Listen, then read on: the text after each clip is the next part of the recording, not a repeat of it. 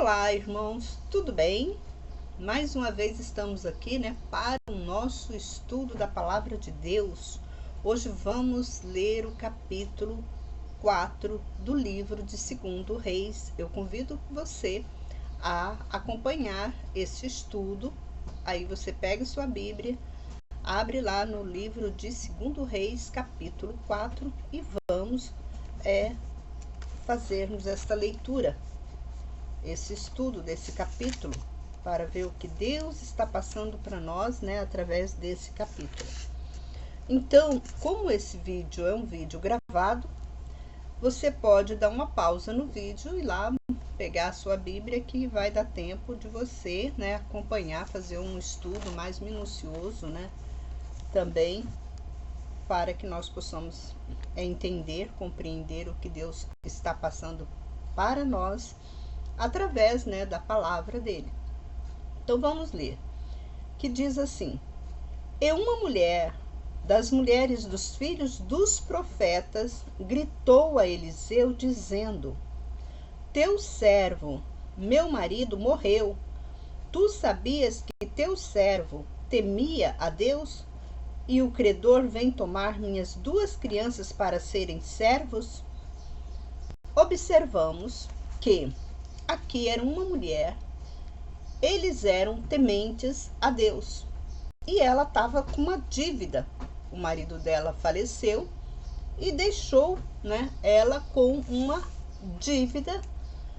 Pelo jeito era uma dívida grande que ela teria que pagar, e ele estava, como ela não tinha o dinheiro para pagar, ele ia pegar o quê? Os filhos dela para venderem como escravos, porque era assim, que acontecia.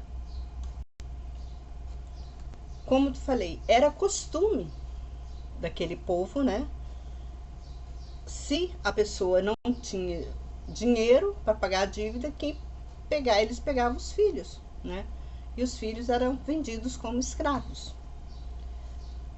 Vamos continuar. E disse Eliseu: O que farei a ti? Diga-me o que tens em casa. Respondeu ela: Nada há na casa da tua serva, senão uma botija de azeite. Disse ele: Vai e pede para ti vasilhas vazias emprestadas de todo teu vizinho, e que não sejam poucas. Então, entra e fecha a porta sobre ti e teus filhos, e despeje o azeite sobre todas essas vasilhas, e pondo à parte que estiver cheio. Então a gente observa que aquela mulher, naquele momento que Eliseu pede para ela, vai e pede vasilhas emprestadas às tuas vizinhas, e pede muitas, que elas não sejam poucas. Ela vai e pega, as vasilhas emprestadas, e o Eliseu dá, a instrução como ela devia fazer. Aí ele diz: Então, entra e fecha a porta sobre ti e teus filhos, e despeja o azeite sobre essas vasilhas, pondo à parte o que estiver cheio. Deixou a mulher e fechou a porta atrás de si e de seus filhos. Eles traziam a ela as vasilhas, e ela os enchiam. E quando encheram as vasilhas, disse ela a um dos seus filhos: Traze mais vasilha. E disse-lhe: Não há mais vasilhas. E o azeite parou. Então chegou-se o homem de Deus, e ele lhe disse: Vai, vende o azeite e paga o teu credor, e tu e os teus filhos viverão do que restar. Veja como a palavra de um homem de Deus, ela tem poder. Hoje, vamos colocar no dia de hoje, por que essas coisas não acontecem? porque é cumprimento da Bíblia. A palavra de Deus disse que nos últimos dias o amor de muitos esfriaria. Então não temos mais aquelas pessoas que, né, acreditavam em Deus. Ou talvez não, é o que é gerado. Hoje as coisas estão bem mais fáceis também do que naquela época. Porque naquela época a gente observa, quando a gente, né, lê a Bíblia, que o povo de Israel, eles viviam muito em guerras. Então eles não tinham nada que eles tinham. E devido a essa carência, né, de dinheiro, de uma boa situação financeira, acontecia.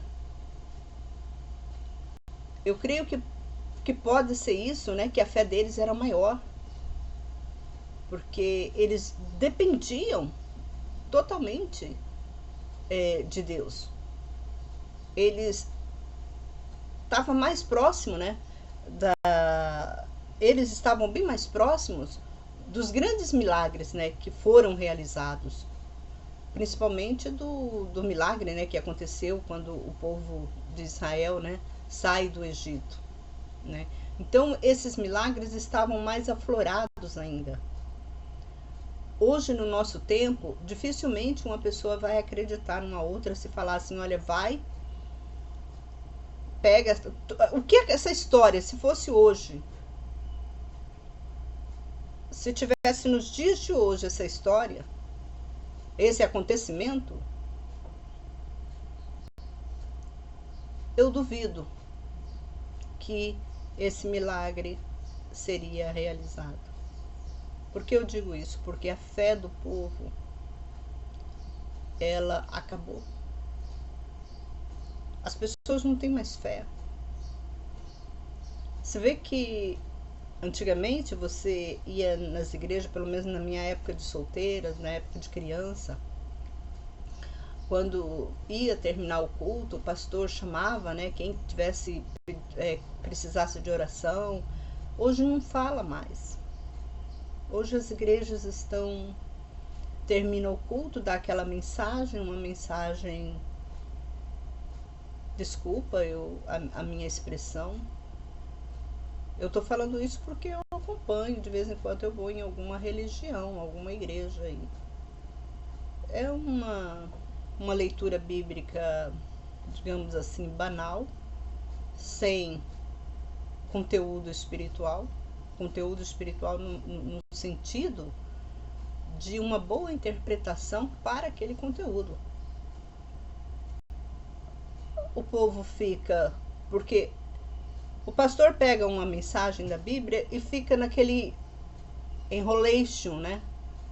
Enrolando um culto todinho só com uma palavra, ele vai e volta, fica aquele assim, ó, parece ping-pong, mas não faz um estudo, não dá uma palavra eficaz, porque nós não temos mais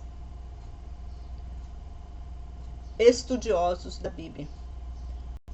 A pessoa, quando é convidado, às vezes, para fazer um estudo ou uma pregação em alguma igreja, ele consulta o Google.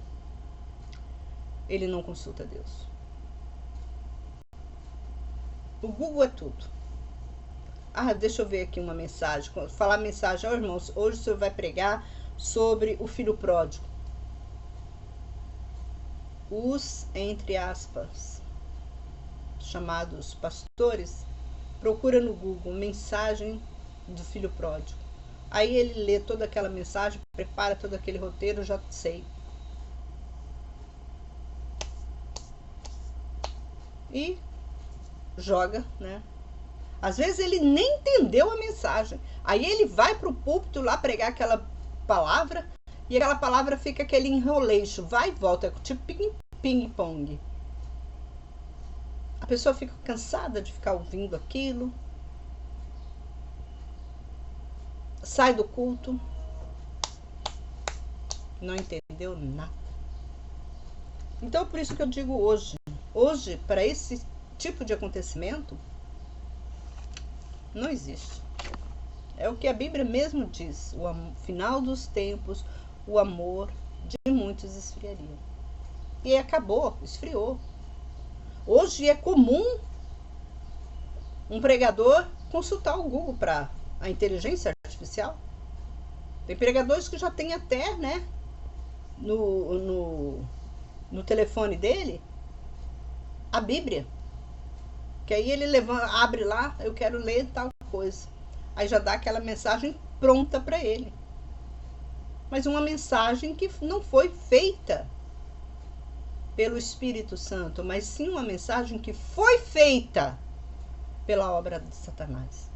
Satanás já manipulou aquela mensagem para passar para as pessoas. Porque as pessoas são cegas, elas não fazem um estudo, elas não leem a Bíblia. Confessa para mim, quantas vezes que você faz um estudo bíblico na sua casa? Eu lembro que quando meus filhos, quando eu estava toda em volta dos meus filhos, eu nunca deixei de fazer um culto.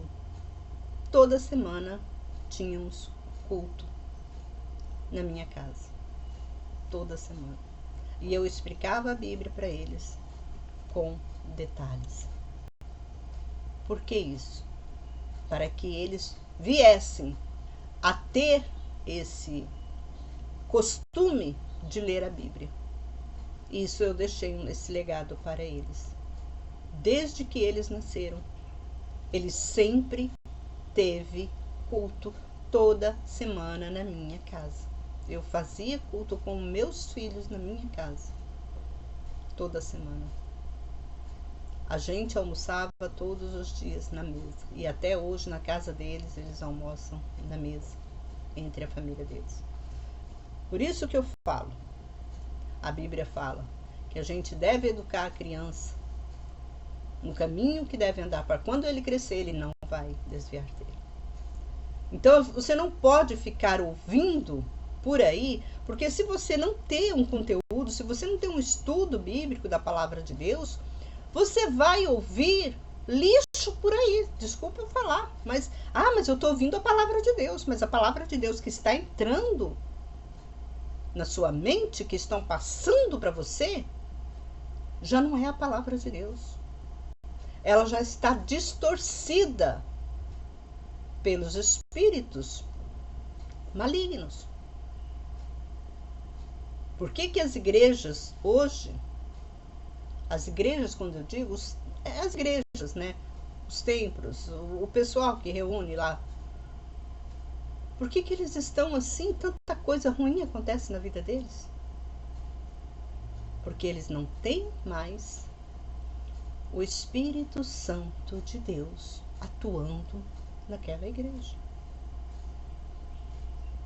Aí você fala, irmã, a minha igreja é pentecostal. Não é. Ali é uma gritaria. Às vezes o pastor fala amém, o pessoal já dá glória a Deus, aleluia, papá, patati, patatá. Uma pessoa está orando, o outro está gritando no seu ouvido. Não tem um respeito. O pastor está pregando, a banda lá, o cara do instrumento está tocando o instrumento. Aí quando um pastor fala uma palavra forte, porque isso já é tudo manipulado, com o tocador lá e o pastor, quando eu falar pá, você toca, e a igreja vai avivar. Acontece isso. Presta atenção para você ver se eu estou mentindo ou não. Começa a prestar atenção nessas coisas, que a igreja não presta atenção. A igreja acha que é avivamento.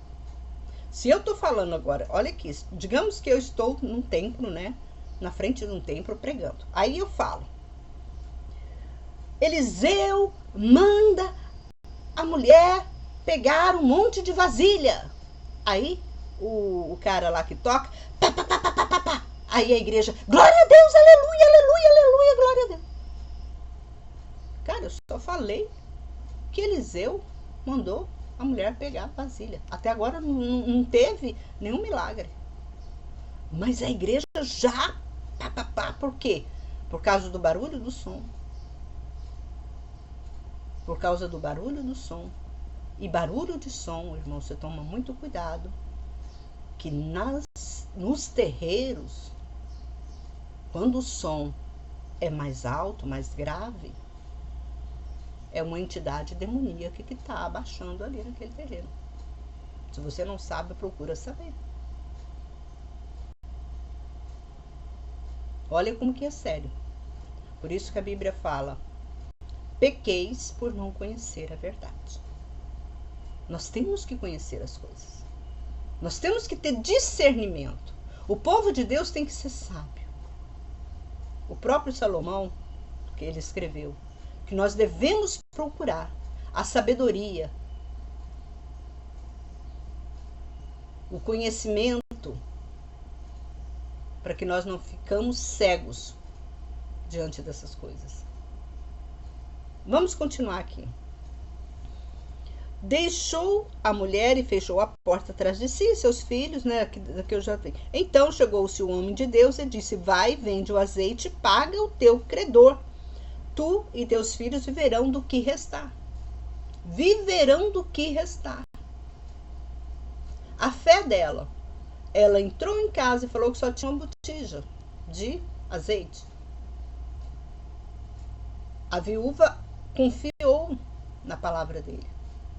A viúva que estava questionando Deus, porque ela questionou Deus, quando ela chegou e falou para Eliseu: pois é, meu marido, ele servia esse seu Deus, mas agora ele me deixou dívida e agora vem tomar meu filho.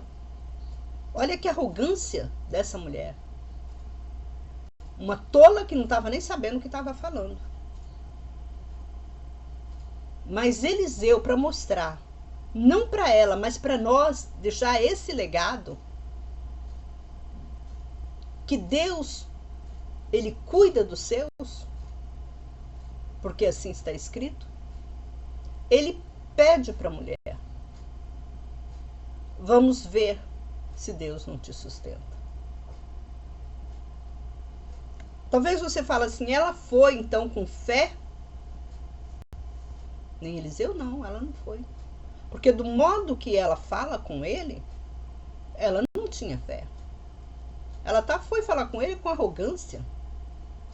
A gente observa no início da história. Ela foi falar com ele com arrogância. Meu marido serviu o seu Deus e deixou um monte de dívida para mim, e agora os credores estão querendo pegar meus 2 filhos. E o que eu faço agora? Era isso que ela falou para ela. Ela não foi humilde. Ela não chegou e falou: olha, Eliseu, eu estou passando por uma situação difícil. Meu marido morreu. E você sabe que ele era filho de profetas. Ele morreu e deixou dívida. Sinal que o marido dela também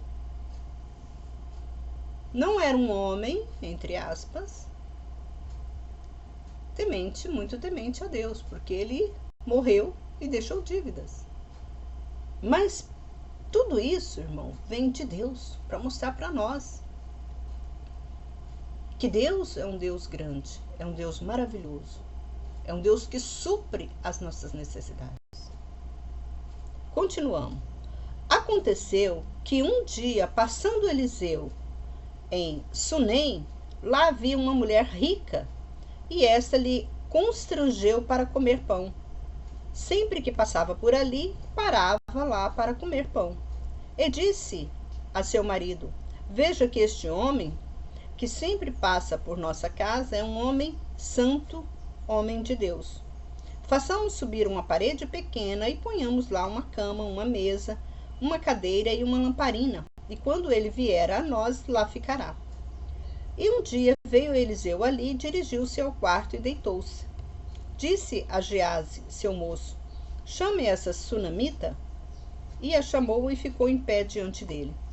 E disse Eliseu: Diz-lhe, eis que tem sido tão solícita a nós, e por tudo isso, o que faremos a ti? Tens algo a falar para o rei ou o general do exército? Ela respondeu: Dentre do meu povo eu habito. Assim disse o profeta: E o que faremos por ela? E respondeu Geazi: Porém um filho ela não tem, e seu marido é velho. Disse Eliseu: Chame-a. E a chamou, e ela se colocou à porta da entrada. Ele disse: Desde essa data, um tempo determinado, abraçarás um filho. E ela respondeu: Não, meu senhor, homem de Deus, não faça sofrer tua serva. E purificou-se a mulher, e nasceu-lhe um filho, no tempo determinado, como lhe falou Eliseu. E cresceu o menino, um dia saiu a ter com seu pai, que estava com os segadores. E disse a seu pai: Minha cabeça, minha cabeça. E disse o rapaz: Volte-o à sua mãe. Assim fez, levou-o à sua mãe, e assentou-se sobre suas pernas até a tarde e morreu. E o levou e o pôs deitado sobre a cama do homem de Deus, e fechou a porta com ele lá dentro, e saiu. Então chamou seu marido e disse: Manda-me um dos servos e uma das mulas, para que eu corra ao homem de Deus e volte. E perguntou-lhe: Por que vais a ele hoje? Não é começo do mês e não é sábado. E ela lhe disse: Vai tudo bem. Então albardou a mula e disse ao seu jovem: Monte e vá, não te detenhas no caminho, senão quando eu te ordenar. E foi e veio o homem de Deus ao Monte Carmelo. Vendo-a o homem de Deus de longe, disse a Geazi, seu servo: Eis que a sulamita está aqui. Agora corra ao seu encontro e diga-lhe: Está tudo bem? Vai bem com teu marido? Vai bem com o teu menino? E ela disse: Vai bem. E chegando-se o homem de Deus ao monte, segurou-lhe nos pés. E chegando Geazi para lhe tirar, disse o homem de Deus: Deixa, pois a alma dela está amargurada. E Deus ocultou-me e não me revelou. Então disse a ela: Porventura pedi eu por um filho? Não é verdade, meu senhor, que não te disse para que não me iludir?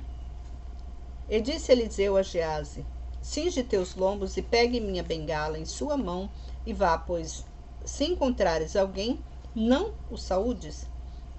E, pois, se alguém te saudar, não responda. Põe minha bengala sobre a face do menino. E disse a mãe do menino: Vive Deus e vive a tua alma, que não te hei de largar. E levantou-se e seguiu após ela. E Geazi passou à frente deles e pôs a bengala sobre o menino, e não ouve a voz, e não há sentido. Voltou a encontrar-se com Eliseu e disse: Não despertou o menino. E chegando Eliseu à casa, e eis que o menino estava morto sobre sua cama. Vindo, fechou a porta sobre eles dois e orou a Deus. E subiu e deitou-se sobre o menino, e pôs sua boca sobre sua boca, e seus olhos sobre seus olhos, suas palmas sobre suas palmas, e se deitou sobre ele e aqueceu a carne do menino. Depois voltou-se, andou de um lado para o outro, e subiu e deitou sobre o menino, e espirrou 3 vezes, e abriu seus olhos. E chamou Geazi e disse: Chama a sunamita. E a chamou. Quando veio ele, disse-lhe: Toma teu filho. E veio e caiu sobre os seus pés, e ajoelhou-se de rosto em terra, e tomou seu filho e saiu. Vamos analisar essa história. Eliseu, por que Eliseu, a gente observa que Eliseu, multiplicou o azeite da viúva, aqui ele ressuscitou uma criança.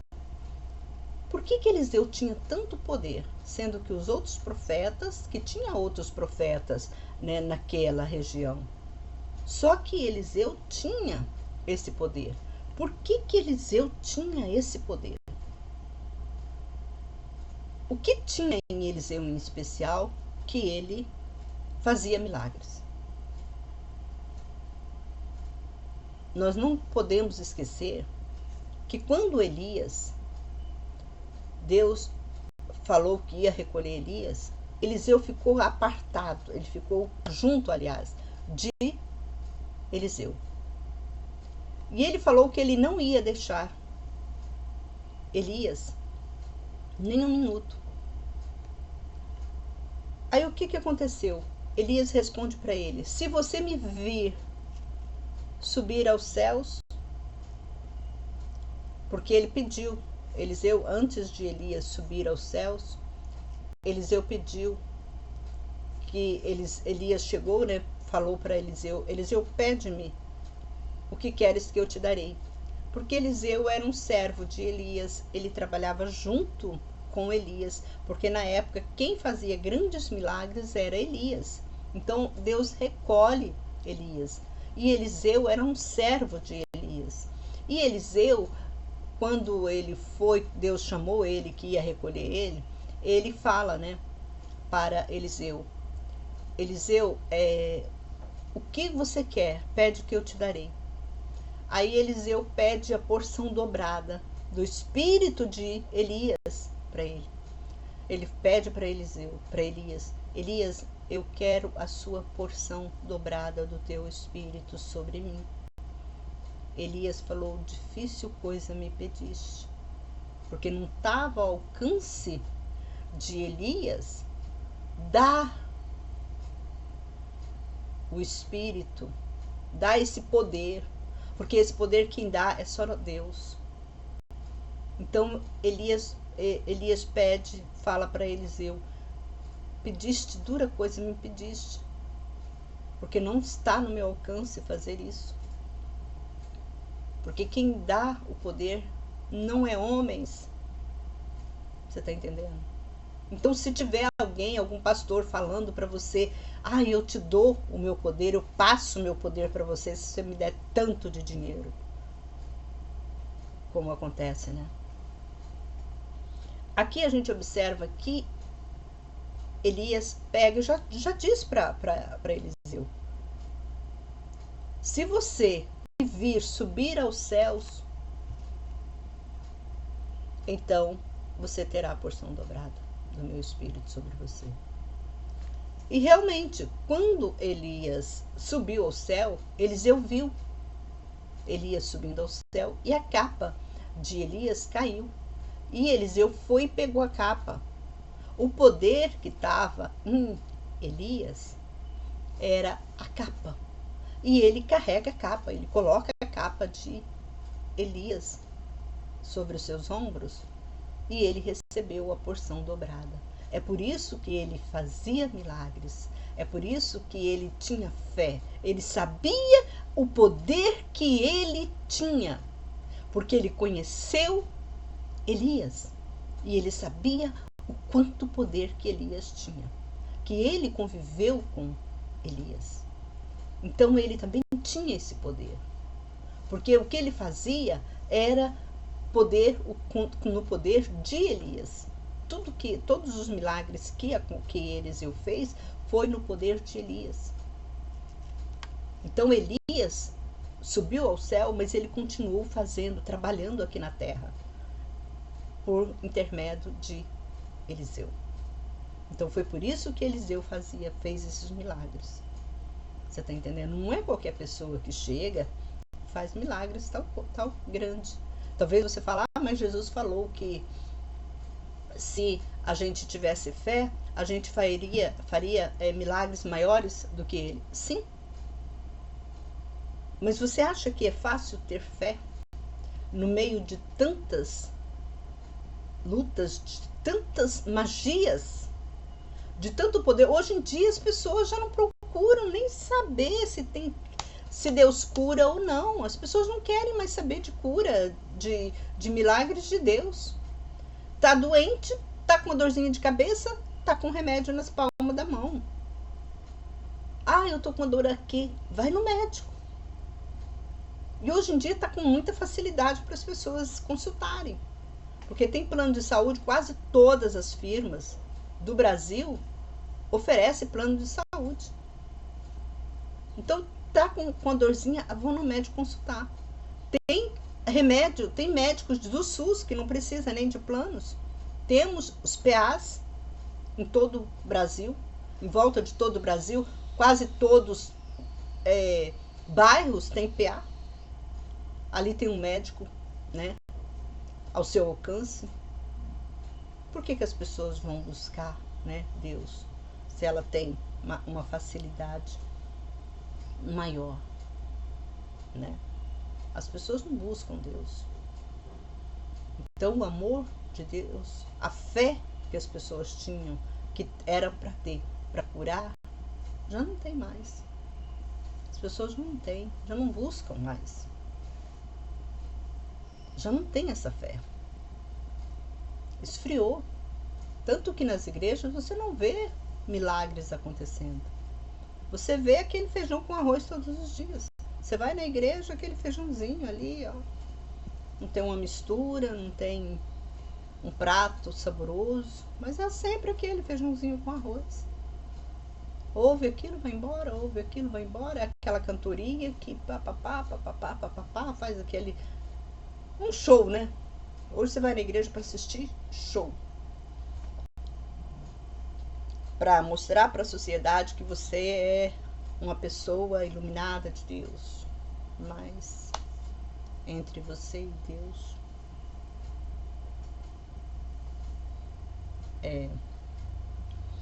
é por isso que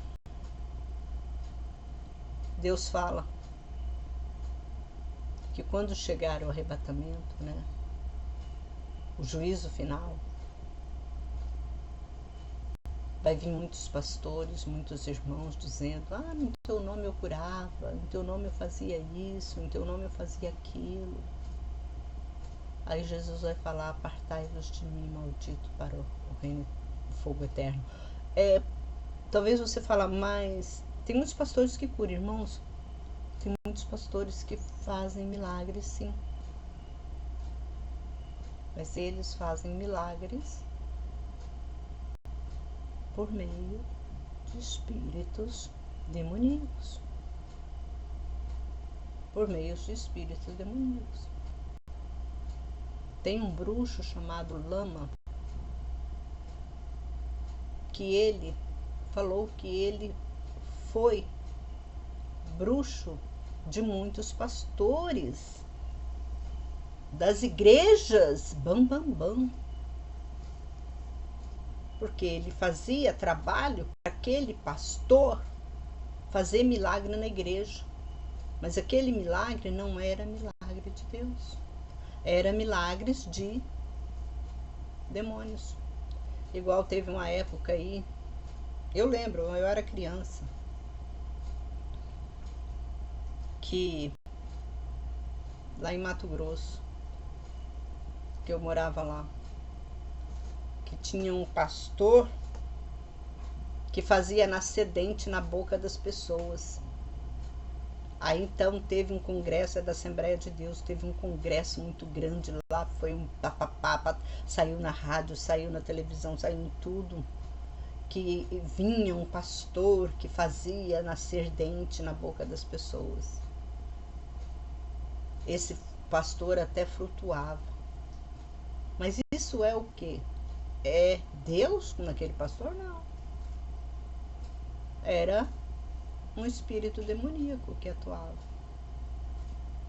E as igrejas, ó, lotava. Vinha gente pagava passagem caríssima para ir lá, porque aquele pastor, eles não procuravam Deus.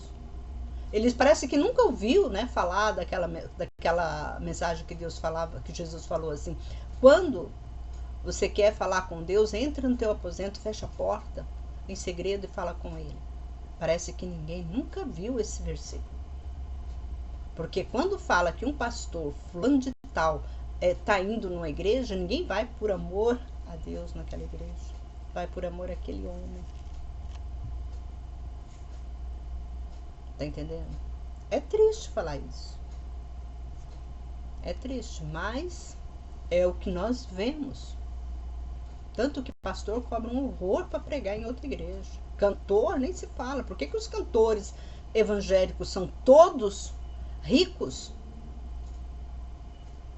Porque eles ganham dinheiro pregando a palavra de Deus, cantando. Eles estão cantando, pregando em prol do dinheiro. Não é pouco não, irmãos. Um cantor aí cobra aí, 20, 30 mil reais ou mais para cantar num evento. A igreja soa para pagar. Tem uma história que eu vi de um pastor.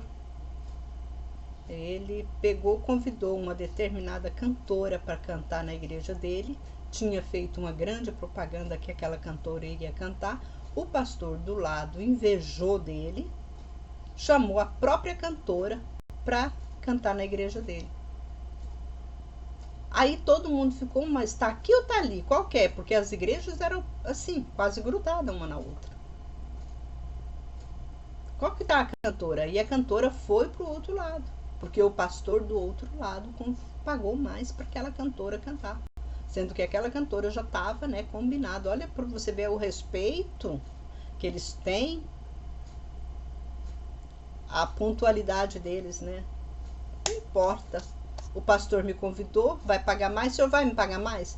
Pastor, fulano de tal me convidou para me cantar na igreja deles. Ele está me pagando tanto. O senhor dobra esse valor? Ou o senhor paga mais esse valor?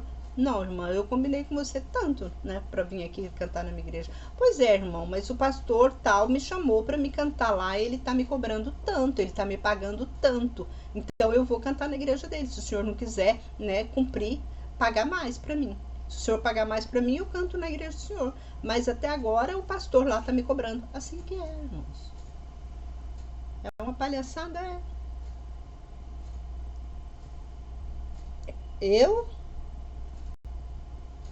Quando falam assim, tem pastor, fulano de tal, tá na igreja tal. Você já prestou atenção que a maioria das igrejas, eles em vez de mostrar o Espírito Santo, uma figura, de Deus, alguma coisa, uma Bíblia, é o pastor e a esposa dele que tá lá, de cara, lá, os pregadores. Os pregadores, eu não tenho até um... Mas vocês sabem, vocês conhecem esses panfletinhos que eles fazem, que vai ter evento na igreja, aí eles colocam lá pregadores, preliminar, sei lá, cantores, missionário, aí eles colocam a foto do cara com a esposa. Por que não faz uma propaganda falando, nós vamos ter um culto, uma reunião de libertação, tal dia? Não, mas eles exaltam o homem e abaixa Deus. Coloca Deus lá embaixo. Deus nem aparece. Nem Deus aparece. Pode ver nos panfletinhos deles. Deus não aparece. Mas aparece fulano de tal todo maquiada, a mulher toda maquiada, tirando foto, tirando ali do homem também, engravatado, com aquele interno caríssimo. É assim que funciona. E as pessoas simples caem nessa armadilha satânica. Continuamos aqui. Terminamos esse capítulo. Não vamos falar sobre...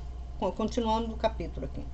Eliseu voltou para Xingal e havia fome na terra. E os filhos dos profetas estavam sentados à sua frente. E disse-lhe Eliseu ao seu moço: coloca no fogo a panela grande e cozinha um caldo de ervas para os filhos dos profetas. E saiu ao campo para colher ervas e achou uma videira do campo. Colheu dela os frutos, encheu sua capa e veio e separou em dois na panela do caldo, pois não o conheciam. E deram às pessoas de comer. E quando elas comiam do caldo, clamaram de repente e disseram: morte há na panela, homem de Deus. E não puderam comer.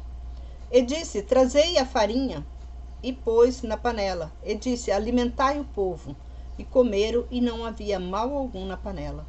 E um homem veio de Baal Salissa, e trouxe ao homem de Deus as primícias do pão, 20 pães de cevadas e grãos novos de trigo.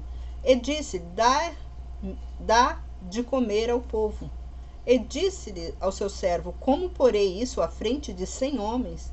Porém ele tornou, dá ao povo para que coma, pois assim falou Deus, comerão e sobejará.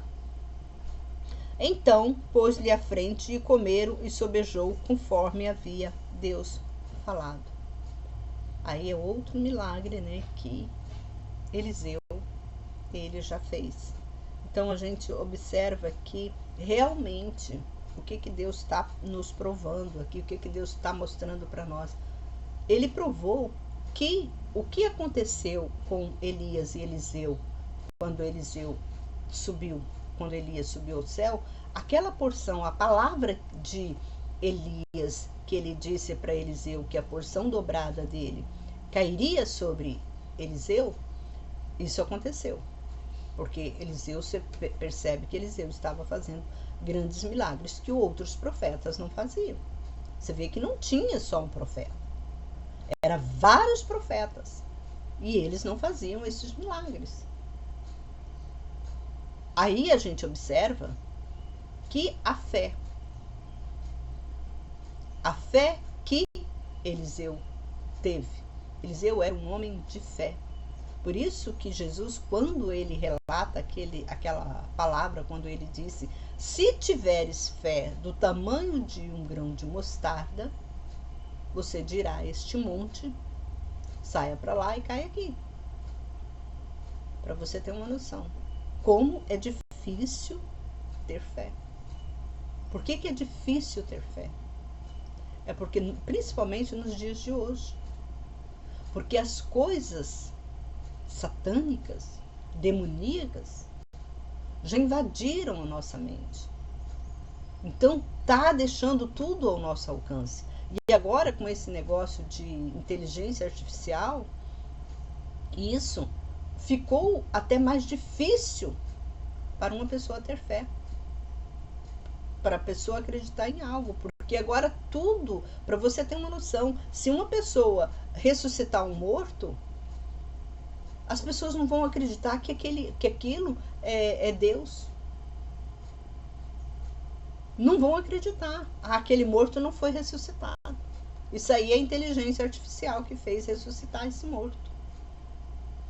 Então, quem não tinha fé, agora está muito mais difícil você ter fé, ou você ter fé em algo que não existe.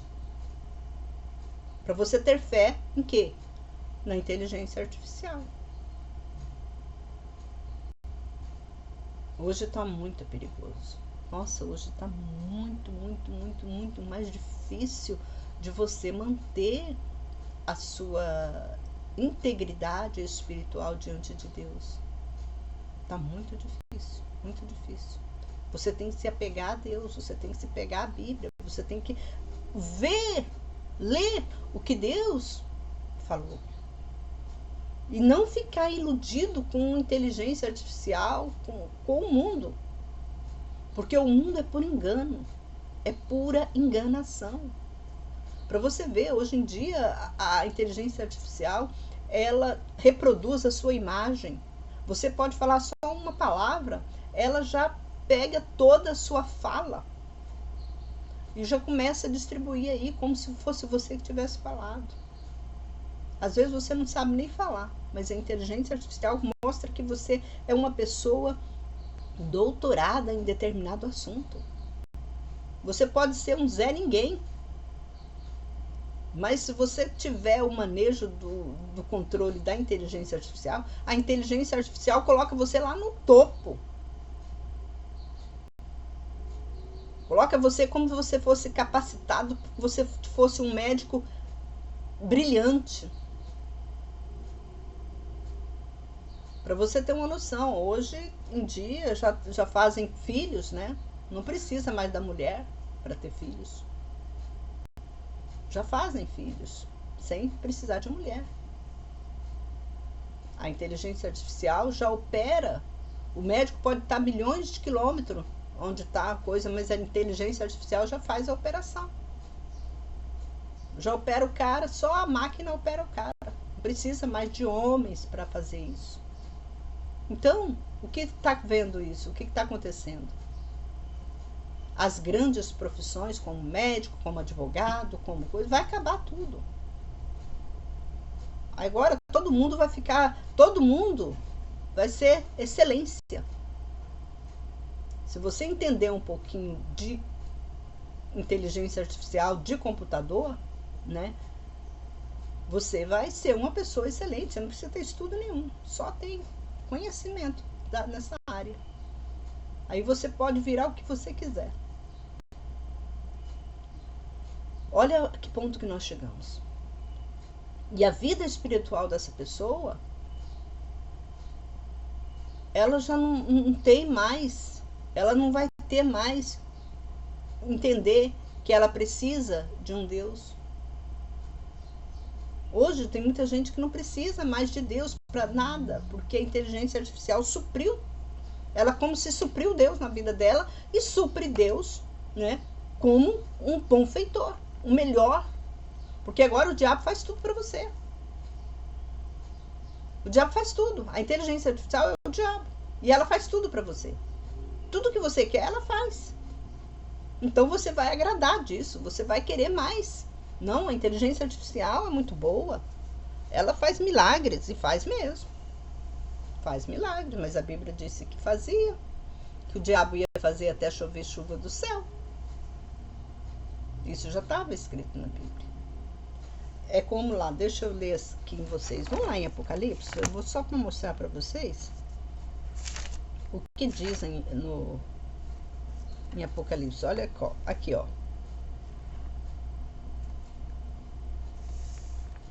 Continue o Apocalipse 22, irmãos. Eu estou lendo 22, versículo 11. Olha só. Continue o injusto a praticar injustiça. Continue o imundo ainda sendo imundo. O justo continue na prática da justiça. O santo continue a se santificar. Não acreditando em fábulas, não acreditando nas coisas que o mundo está oferecendo. Olha o perigo. E eis que venho em breve, e está comigo meu galardão para retribuir a cada um conforme suas obras. Eu sou o alfa, o ômega, o primeiro e o último, o princípio e o fim. Bem-aventurados aqueles que lavam suas vestes no sangue do Cordeiro, para que tenham direito à árvore da vida e entre na cidade pelas portas.